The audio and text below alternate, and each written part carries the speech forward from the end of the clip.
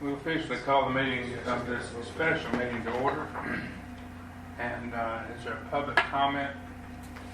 Anyone? Seeing none. Number 3, in regards to our auditor, Mr. Hewitt.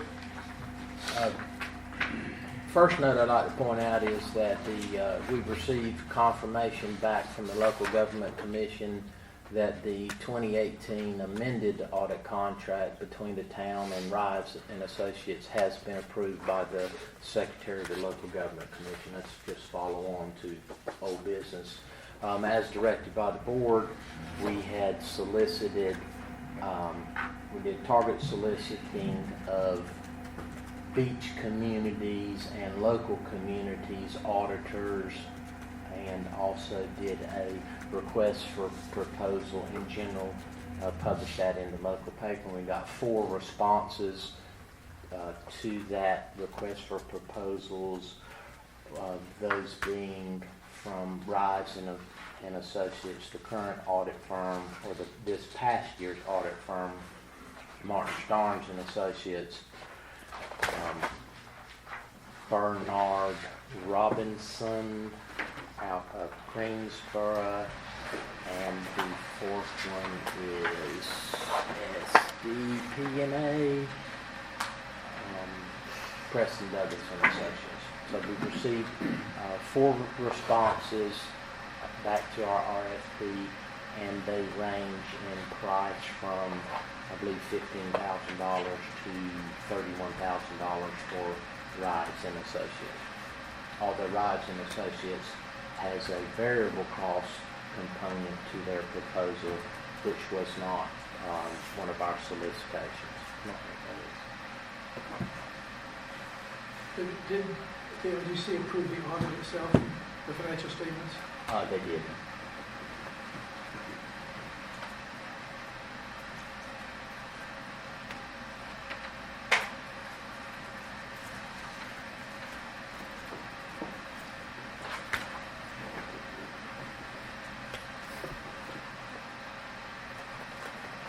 Any questions, comments? Motion? I move that the board approve the recommendation of the audit committee to select Reeves for its 2018-2019, for the 2017-2019 audit report, for audit of financial statements. I second. Discussion? I disagree. I do not believe that we should retain Rives for a couple reasons. One, they did 2 inappropriate things last year that caused us difficulty. One is they did not follow the LGC recommendation that 45 days after the due date, if you are not going to have your report in, it is your obligation as the auditor to send a letter to LGC and explain that the report is not going to be submitted. I think give basic reasons and an anticipated date. 45 days after would have been mid-February in our case, I believe, because the hurricane allowed until the end of December. So in mid-February, they were telling us that it would be done soon, but not that it was done. And at that point in time, they should have sent the LGC a letter, and if they knew it wasn't going to be done 45 days after that, they could have sent another one. These are easy things to do. Procedurally, when they knew that they were not going to keep within the contract cost, they should have notified the town, not just the chair of the audit committee who chose not to communicate it to the town, but to actually communicate with the town that there was going to be extra cost, extra work, so that that could have been factored in. That was the second procedural error on their part.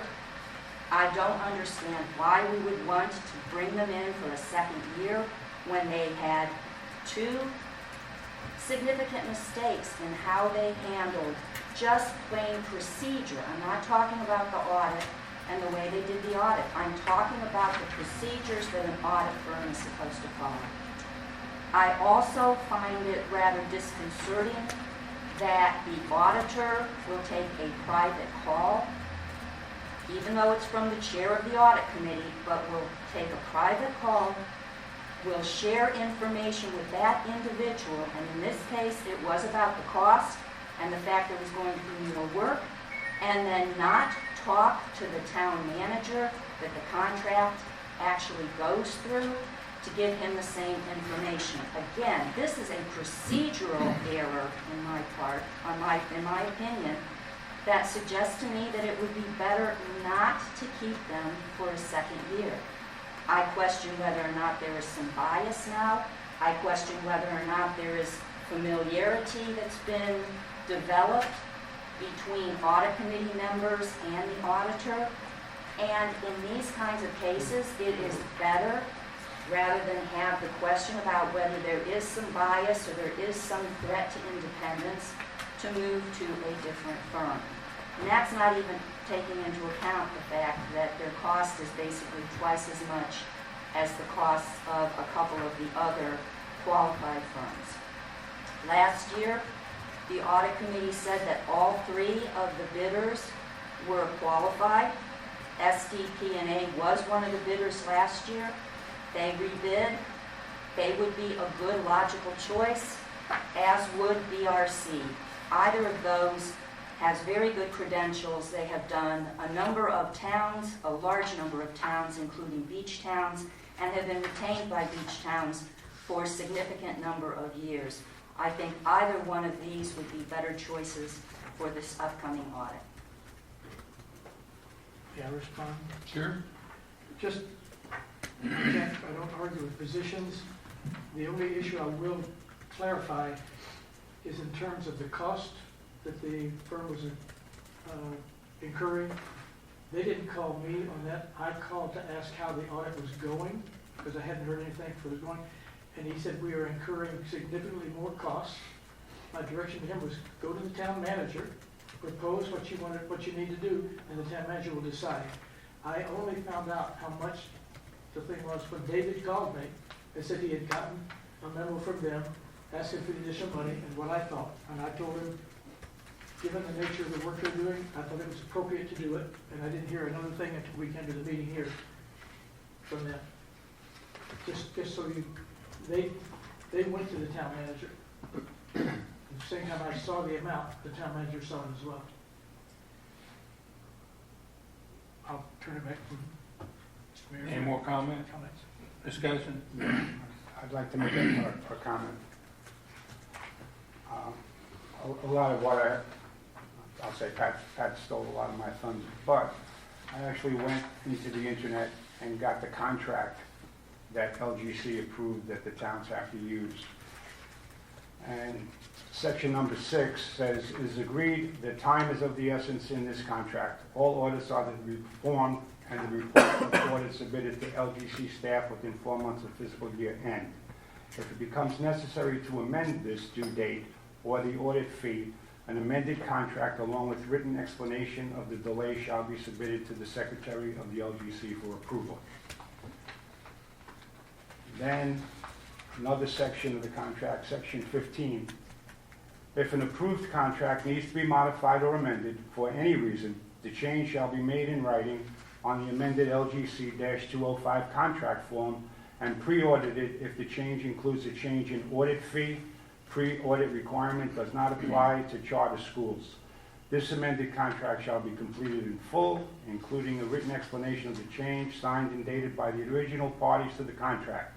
It shall then be submitted to the Secretary, LGC, for approval. No change to the audit contract shall be effective unless approved by the Secretary of the LGC, the governing board, and the auditor. So we know that we were late and that they never wrote there for an extension or an explanation of why we were going to be late. As a result of that, we received the following letter from Sharon Edmondson, the Director of Fiscal Management, State and Local Government Finance Division. This notice is to make you aware that Holden Beach is included on the recently compiled 2019 Unit Assistance List, which was prepared based on 2018 audited financial data. Our concerns with Holden Beach are as follows. You are not current on your annual audits. My position is simply this, that the auditor, if we were going to talk in legal terms, made material breaches in the contract.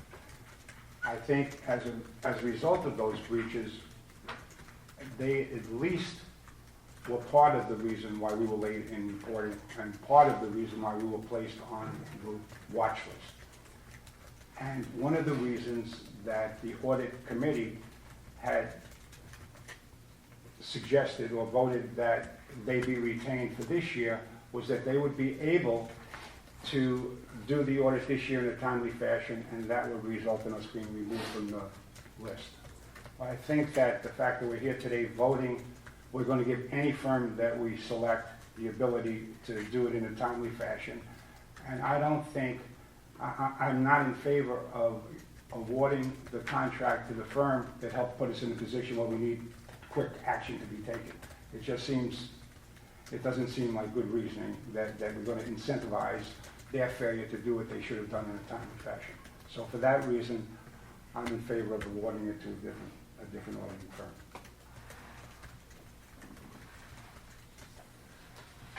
Any more discussion? Yeah, I got a comment or two. I'm going to start off with the priority and the goal right now of selecting the auditor is to remove our town from the high-risk list.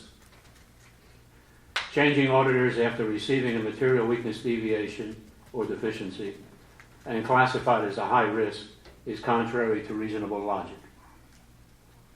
The classification or title of being a high-risk municipality has negative impacts to include possible increase in interest rates, additional state monitoring, and rating. Because we are a high risk, which is also identified as a unit assistance list, North Carolina Treasurer Office must approve town borrowing. In order to help expedite the removal of the high-risk classification, I recommend continuing to use Reeves. I also question if the other auditing firms even had an opportunity to know that we are a high-risk municipality, and would that have an impact on their estimated amount of hours and the costs.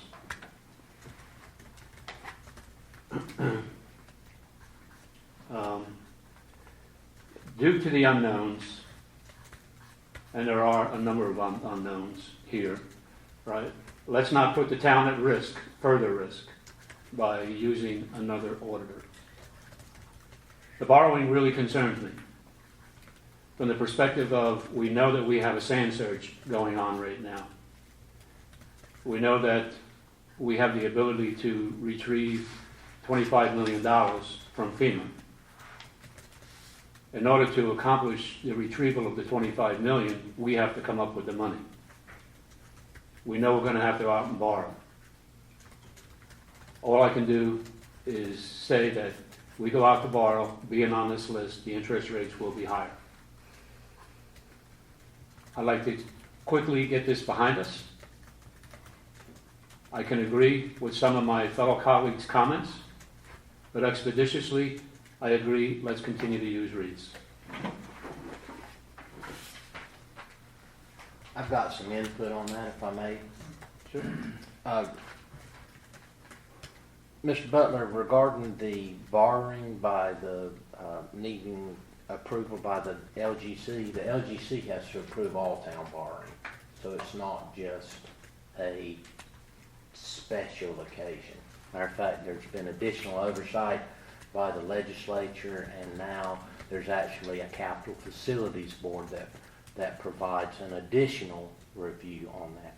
To your uncertainty as to whether the other auditors, bidding firms are aware of the town's circumstances, inquiries from Starnes, the other three other than Rides, to me. I had verbal conversations with them and thoroughly briefed them on the circumstances that the town is currently in, to include the material weaknesses, the significant deficiencies, the lateness of the audit, some of the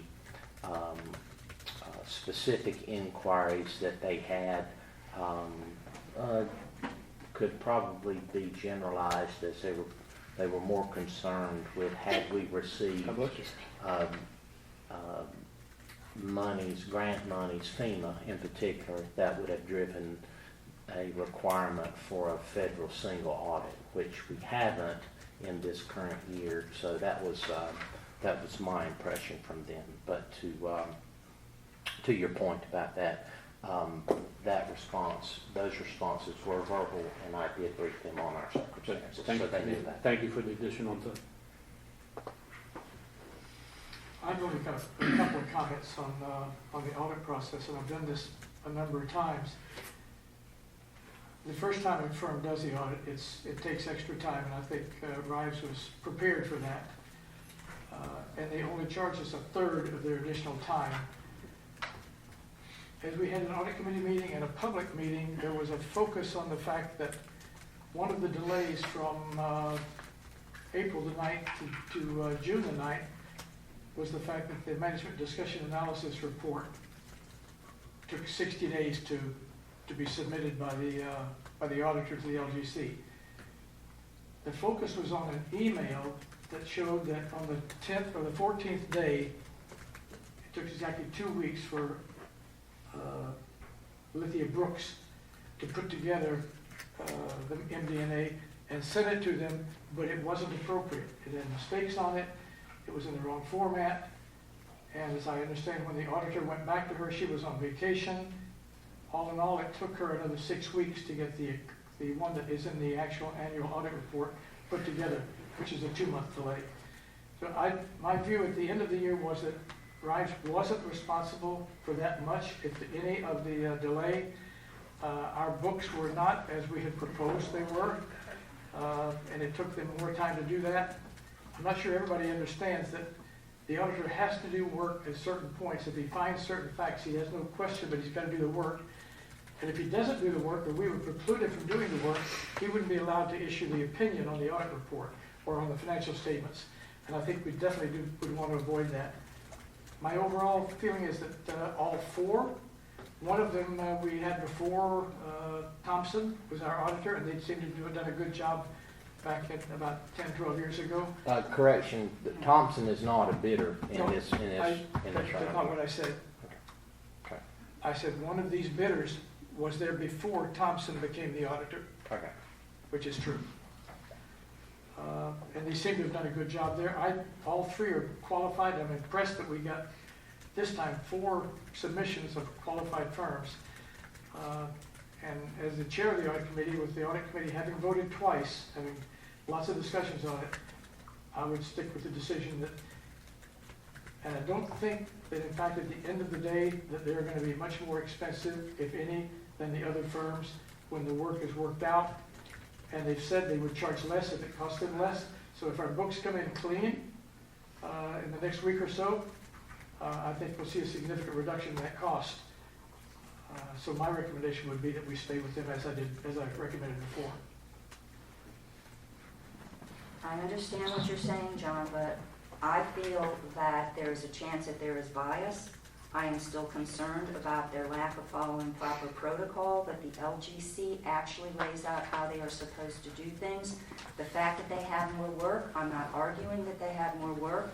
I'm arguing with the fact that they did not in a timely fashion identify it. And it would have been identifying it probably more than one time, because there obviously was more than one time that there was additional work. A lack of communication, the fact that they are in Raleigh and are not convenient to come and make additional sit-downs, which frankly, additional sit-downs rather than emails and portals oftentimes accelerates the process, to me makes them the least favored of the 3 that are saying that they can get done on time.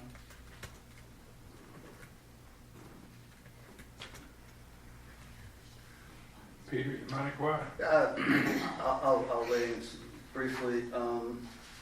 I think, as has been stated, all the proposals are good, could go with any of them, but I think we should stick with what we've got, at least for another year.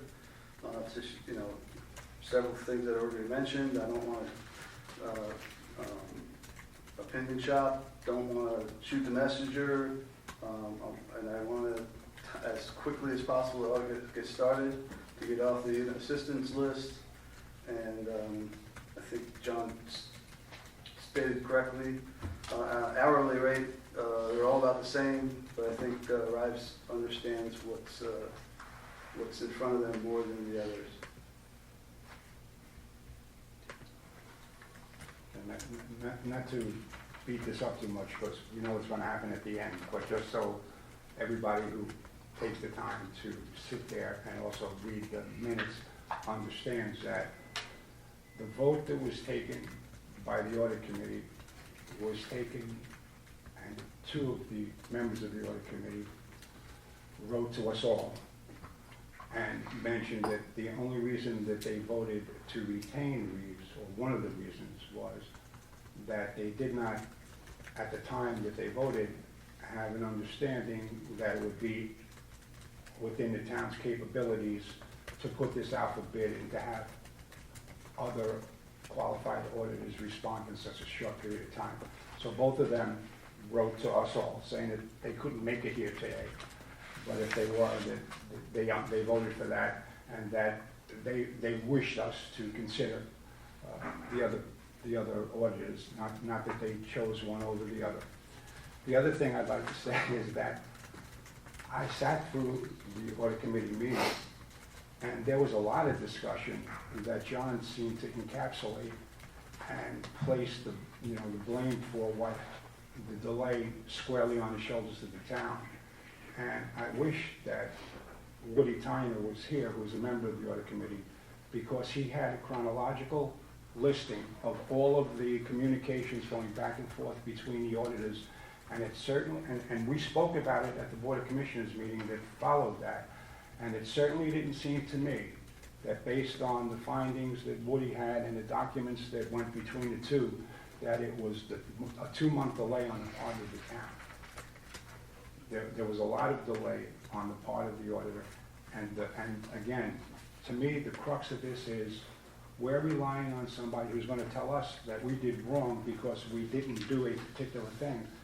They completely ignored the contract provisions, and by ignoring that, not only did they ignore the provision, but they did that to our detriment, because if they had put these notices in, we would have been able to get an extension in time with which to submit the audit report. So I think that they materially aided, if that's the right term, they materially contributed to the delay in our filing it, and in no way tried to modify that by submitting the reports, which would have given us an extension of time, and perhaps we would never ever be on the watch list if they had done what they were required to do by contract and by the commission. I would like to point out something process-wise regarding the potential selection as Rives for the audit upcoming year, is that bid is about twice what is in the existing budget. So to the contracting issue, your selection of Rives today will be subject to the approval of a contract that has to go to the local government commission for approval. That contract that goes to the local government commission has to have a pre-audit statement. That pre-audit statement will be prefaced by the fact that there exists monies in the budget. So you will have to amend the budget in order to allow me to pre-audit that. So the contract that'll go forth that is not in front of you today, and will have to come back to you in a subsequent meeting with a budget amendment in order to go to the local government commission and back. To the further to that process, we cannot start work with them until that contract is approved by the local government commission.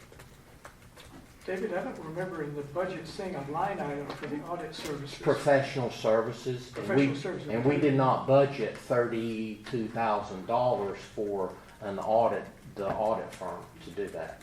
There's $60,000 in professional services, and that takes care of mostly legal fees and some other services there too. But you're about $16,000 short on that. So on procedural, if we have $60,000, we could say we have $60,000 since you've not called it. No, as the finance officer, I cannot certify that money has been budgeted for it, knowing that the track history in the past is about 40 grand in legal expenses, knowing that we budgeted $15,000 or $16,000 in the past for audit services. I cannot certify that as there exists sufficient monies in the budget.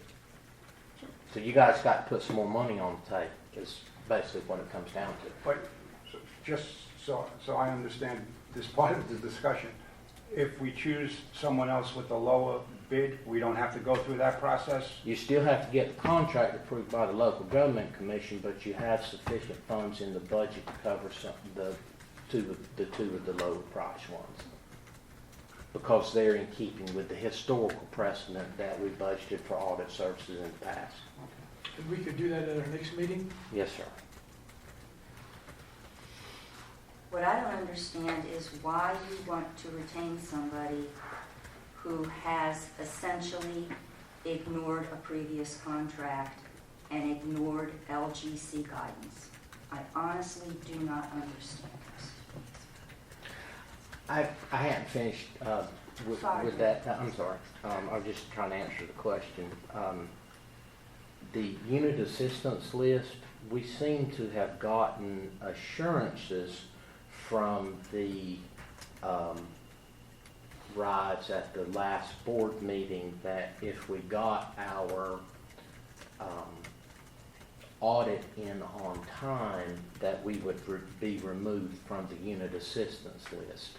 I have not been privy to any opinions that the Secretary of the Local Government Commission nor the Director of Physical Management has rendered regarding that because our audit is late. In fact, the recent legislation that speaks to internal controls specifically, finance officers' duties, any required training, finance officer requirements, appear to me to be contrary to that. I am not aware that just getting the town's audit current will enable us to be removed from the list.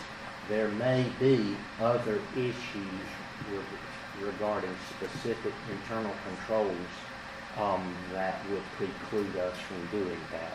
As a matter of fact, in the letter of transmittal back to the town where the local government commission says your audit's been approved, there was a qualifier in there that says further analysis will be performed on it, and any issues that are subsequent to that review will be communicated in a separate letter.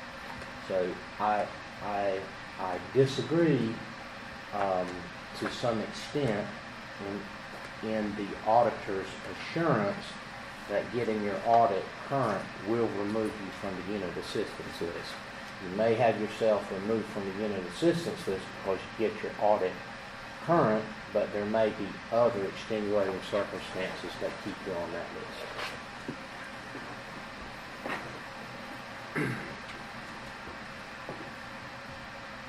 Now, Any more discussion?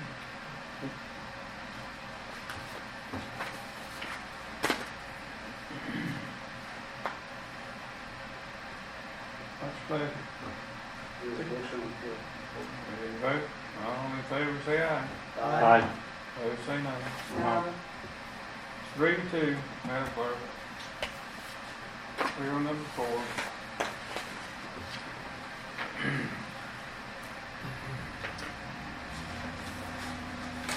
I move we go into executive session for the purposes listed. Second. Madam Clerk, you want to read them? Executive session pursuant to North Carolina General Statute 143-318-11A1, approval of minutes, and executive session pursuant to North Carolina General Statute 143-318-11A6 to discuss the personnel matter. All right, we're going to executive session upstairs. Yes, ma'am.